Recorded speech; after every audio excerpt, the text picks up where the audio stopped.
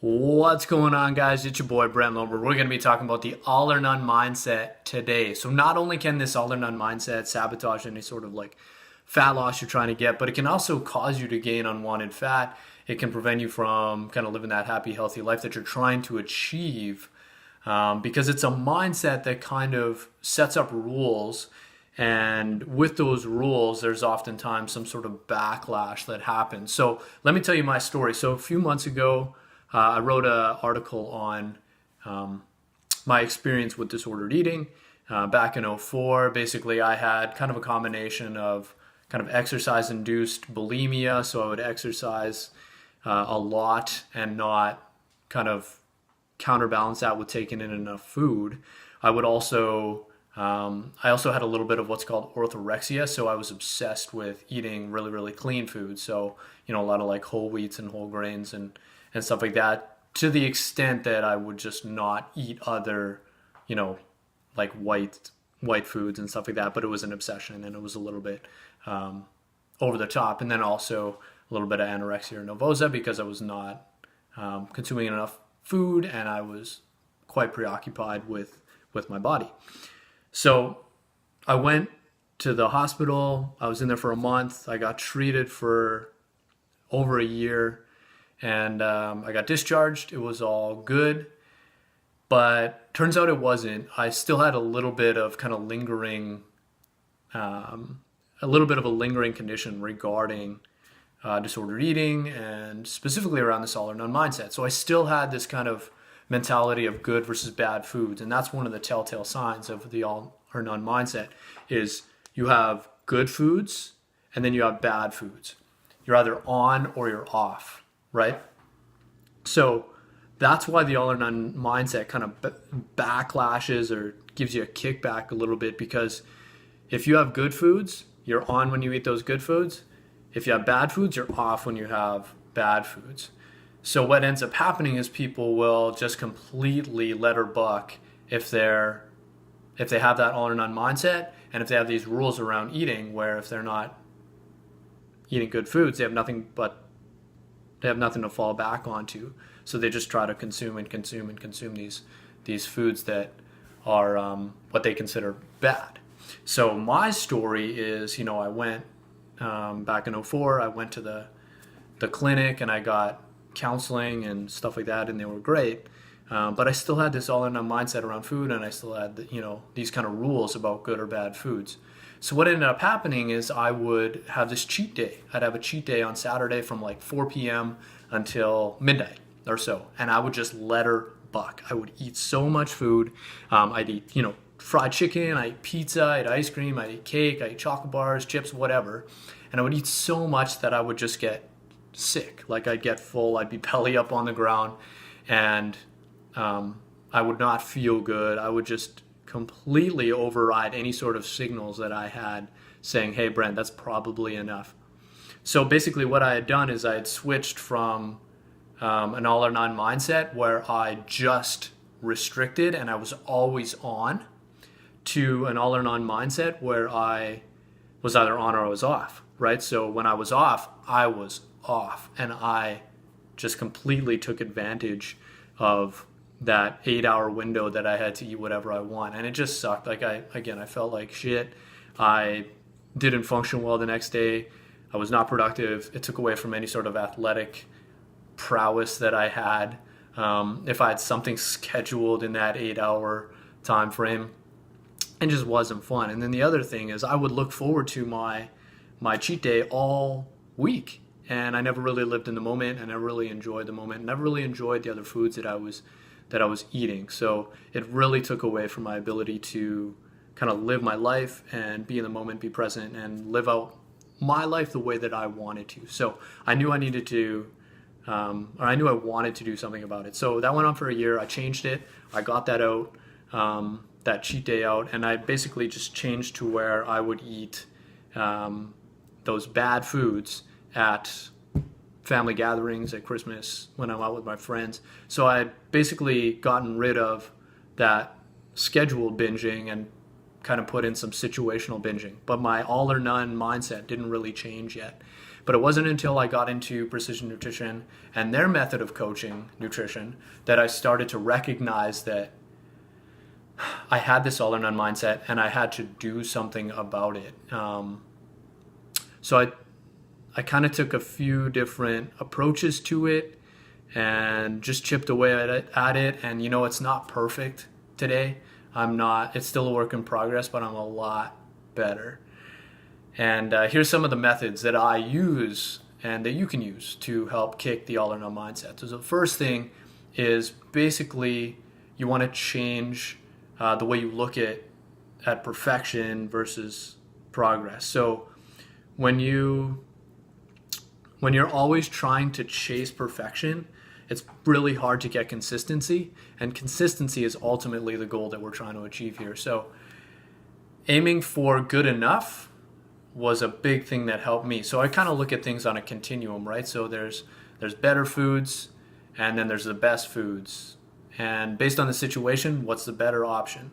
And aim for good enough. So if you're in an airport and all you can have is a prepackaged salad and a piece of fruit, then that's a pretty awesome option considering what's available in that situation.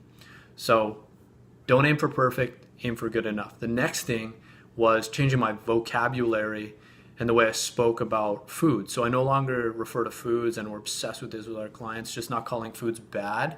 We call them foods that are less conducive to our goals. And then we don't call foods good usually.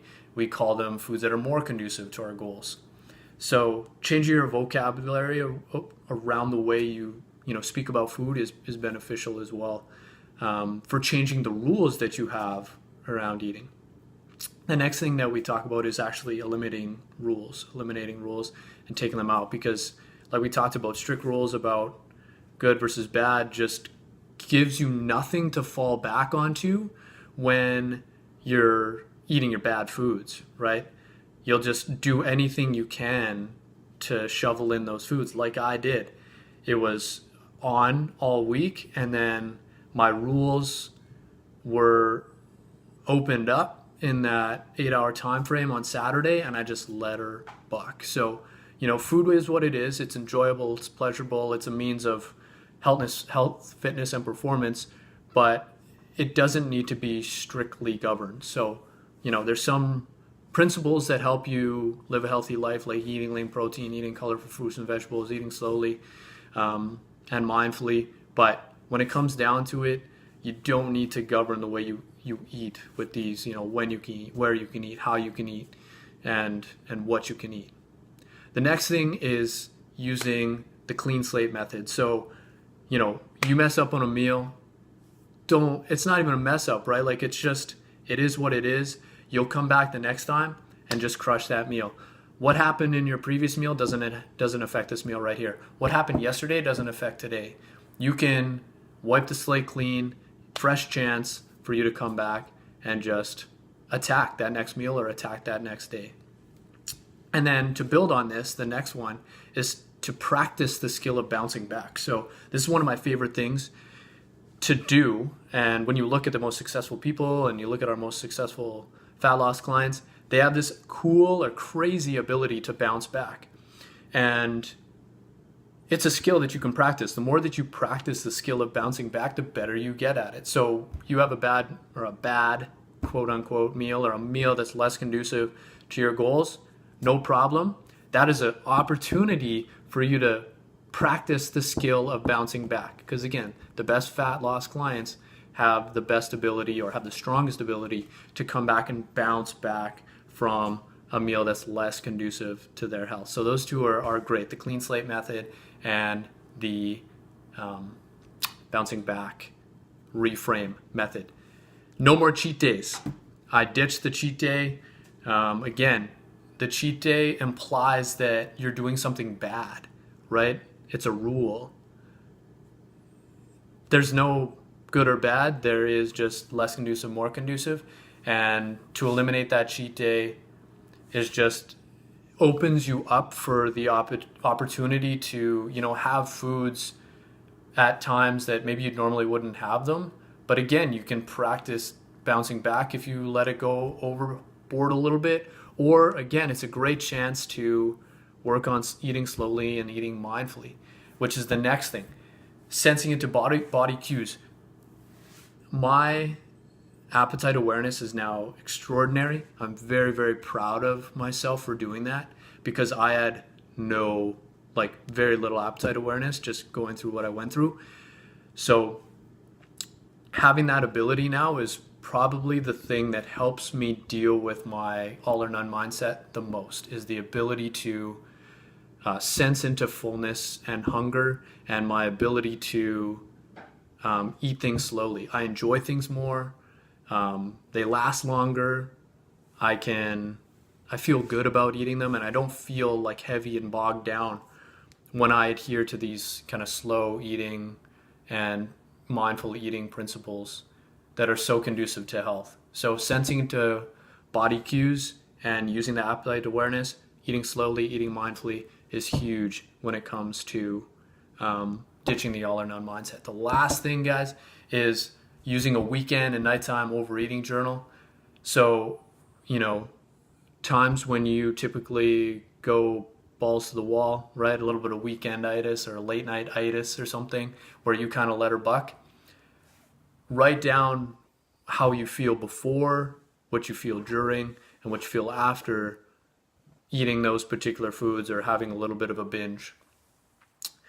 And try to tease out what you're actually trying to achieve or what you're trying to get with that food. If you're, looking for comfort, are you looking for connection because you're lonely? Are you looking for warmth because you're cold? Are you looking for excitement because you're bored? Once you identify what you're actually trying to get, then you can implement alternate activities. You could sign up for a fitness class, you can go for a walk with your friends, you can take a warm bath, you can implement some sort of activity that also gives you that feeling that's not food. Okay? So, guys, that is how I fought back against the all or none mindset. Again, the all or none mindset is one of those things that can really sabotage any sort of health that you're trying to achieve, and any sort of fitness and fat loss you're trying to achieve as well. So use these methods. We talked about 8 to help fight back. And, leave a comment below. Let me know how it goes. I'd love to hear back. I'll comment and try to hit you back as soon as I can in the comment section. But in the meantime, guys, hope you have a great day, and I'll talk to you again soon.